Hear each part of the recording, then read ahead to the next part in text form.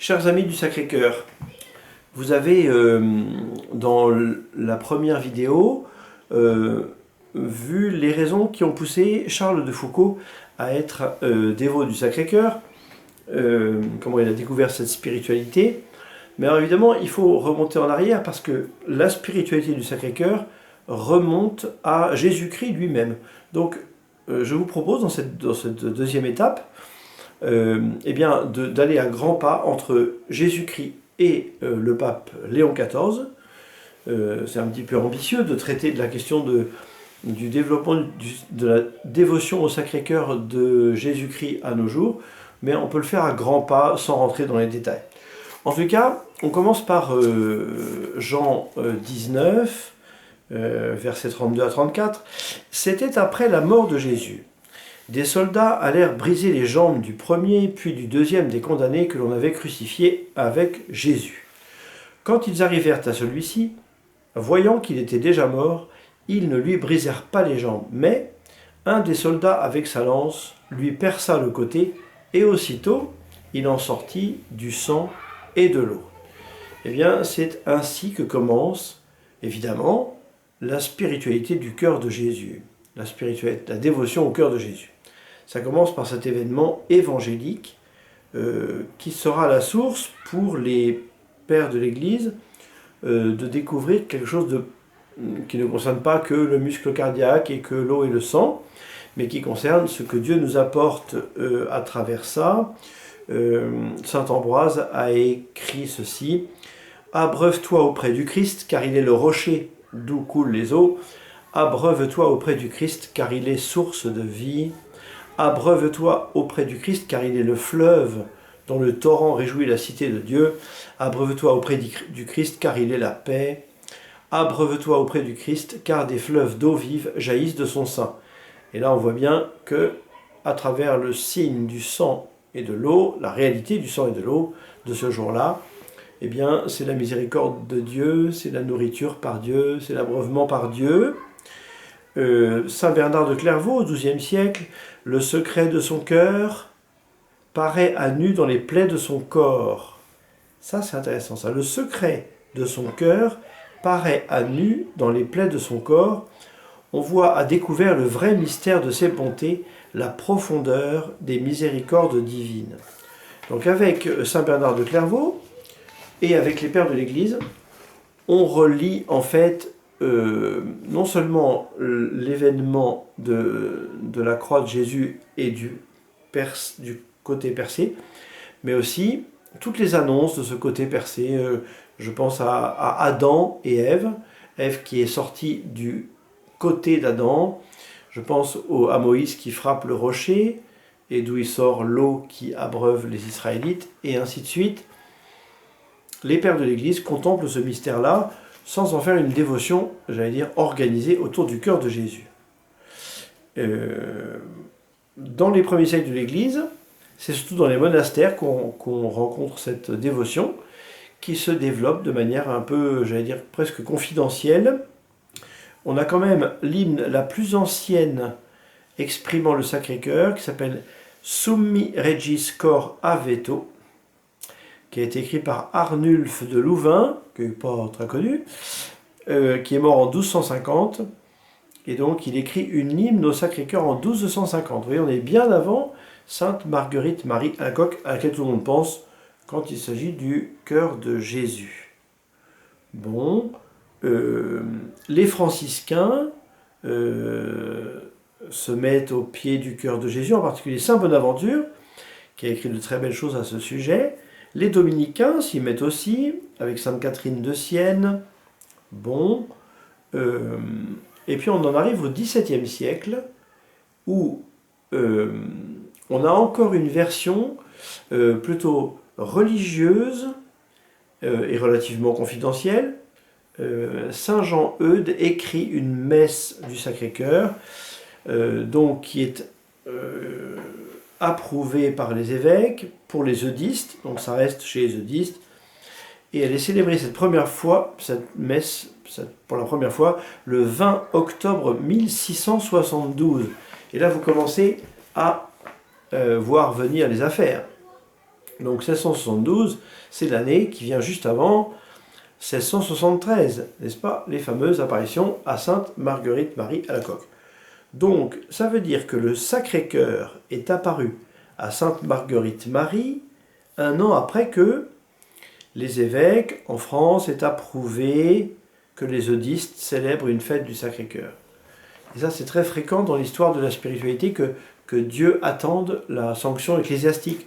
Je pense par exemple à Lourdes, bien sûr, avec Bernadette, où finalement les apparitions de 1858 viennent 4 ans après 1854, où le pape Pie IX a déclaré la Sainte Vierge Immaculée Conception. Donc en fait, voilà, d'une certaine manière, de façon mystérieuse un peu, Dieu attend l'Église, même si évidemment elle suscite chez les saints des choses qui dépassent un peu les ecclésiastiques que nous sommes. Bon, donc Sainte Marguerite Marie à la coque, 1673-1675. Je ne m'attarde pas trop là-dessus parce que ce sera l'objet d'une troisième vidéo avec le père Jean-Baptiste Hédard. Un fait important aussi qui s'est produit à l'époque, au XVIIIe siècle, un siècle plus tard, avec la reine Marie Leschinska, qui avait été initiée à cette dévotion par les visitandines de Cracovie, de Varsovie. La reine Marie Leschinska obtient des évêques français que la fête du Sacré-Cœur qui existait chez les eudistes soit étendue à toute la France. Voilà. Donc ça c'est un point important. La solennité du Sacré-Cœur est instituée par le pape Clément XIII en 1765, donc on est au XVIIIe siècle. Et puis comme c'est bien connu, à cette époque aussi, les Vendéens portaient le cœur avec la croix, le fameux Sacré-Cœur, pour défendre d'ailleurs plus leur foi que seulement un système politique. C'était lié bien sûr, mais... Donc on arrive au XIXe siècle, et au XIXe siècle, le pape Pie IX en 1856 étend la fête du Sacré-Cœur à toute l'Église catholique. Donc le 19 août 1860, donc ça c'est en, pardon, j'ai une bêtise, donc en 1856, voilà, et 8 ans plus tard, en 64, il béatifie Sainte Marguerite Marie à la coque pour donner une espèce de résonance.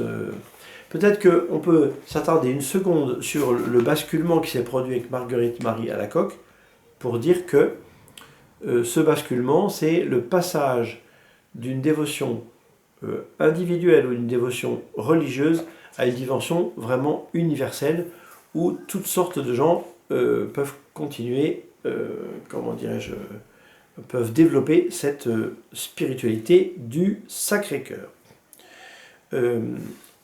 Quelques années plus tard, je vais essayer de trouver la bonne date pour ne pas vous dire de bêtises,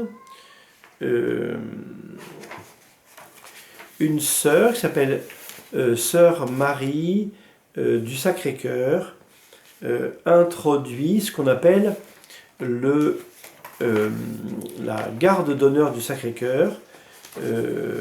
Sœur Marie du Sacré-Cœur propose que elle a une vision, à vrai dire, elle a une vision d'un cadran horaire dans lequel il y a 24 heures, les 24 heures du jour et les 7 jours de la semaine, pour que chaque visitandine, au départ, et puis ensuite bien au-delà, dans le monde entier, puisse honorer pendant 1 heure le cœur de Jésus, être au pied de la croix de Jésus, consoler Jésus-Christ de ses plaies. Et donc, c'est pas tout à fait à la fin c'est dans la deuxième moitié du 19e siècle. Je vais essayer de vous le retrouver tout de suite pour ne pas vous dire de bêtises. Encore une fois, c'est un peu plus loin. Sœur Marie du Sacré-Cœur en 1863. Voilà. Donc en 1863, une visitandine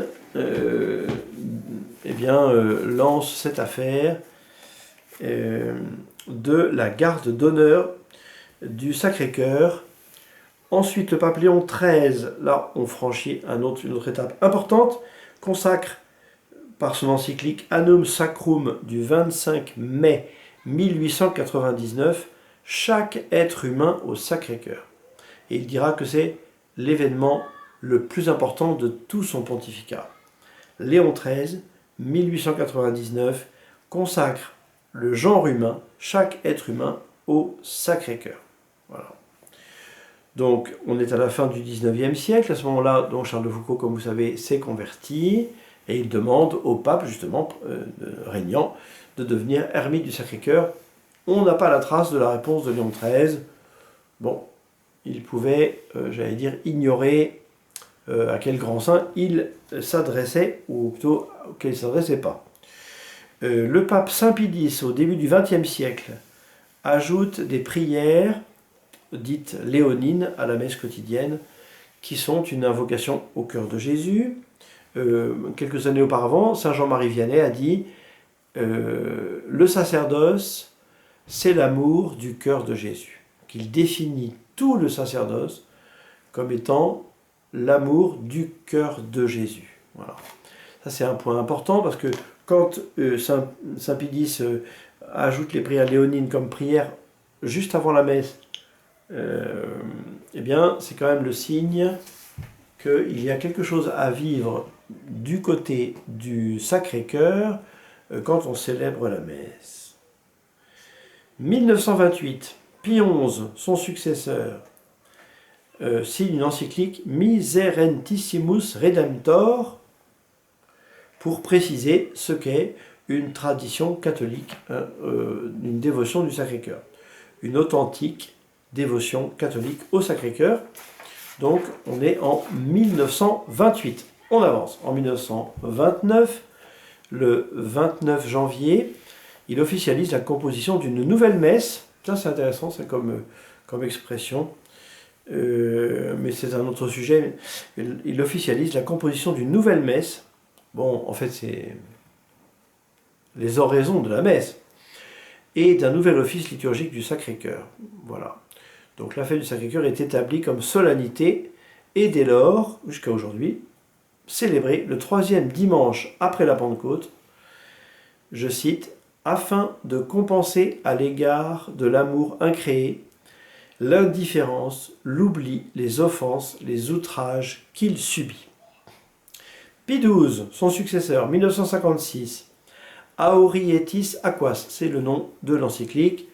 On pourrait dire qu'il est la première des encycliques modernes sur le Sacré-Cœur, en ce sens que c'est la première fois que, avec la mentalité moderne telle qu'elle apparaît après la Seconde Guerre mondiale, eh bien, reçoit une analyse, une présentation nouvelle de ce que peut signifier pour aujourd'hui être dévot du Sacré-Cœur. Bon, Jean-Paul II visite Paray-le-Monial en 1986, ça je pense que c'est davantage connu. Benoît XVI consacre la jeunesse du monde entier au Sacré-Cœur au cours des Journées mondiales de la jeunesse à Madrid. Voilà. Donc on est en 2018, il me semble. Benoît XVI, François, dernière encyclique du pontificat de François, 24 octobre 2024, publie une magnifique encyclique sur le Sacré-Cœur, Dilexit Nos. Bon, François est jésuite, donc ce sont les jésuites, avec Saint Claude la Colombière en particulier, qui ont lancé de façon organisée et vraiment universelle la dévotion au cœur de Jésus. Donc on n'est pas étonné que le pape François ait publié sa dernière encyclique sur le Sacré-Cœur. C'est vraiment à lire, c'est très très beau. Et puis Léon XIV, encore plus récent, lorsqu'il s'est adressé aux évêques de France, a rappelé l'amour sans réserve pour Jésus qu'ont éprouvé Saint Jean-Eudes, le curé d'Ars et Thérèse de Lisieux, tous les trois, bien sûr, très attachés au cœur de Jésus. Et donc, voilà pour les grandes étapes à grandes enjambées, ce que l'on pourrait dire sur le développement de la dévotion au Sacré-Cœur depuis Jésus-Christ jusqu'à Léon XIV. C'est un peu rapide, et quand on a fait la petite conférence à ce sujet, on a mis 1h30 pour faire ça. Et c'était bien d'ailleurs.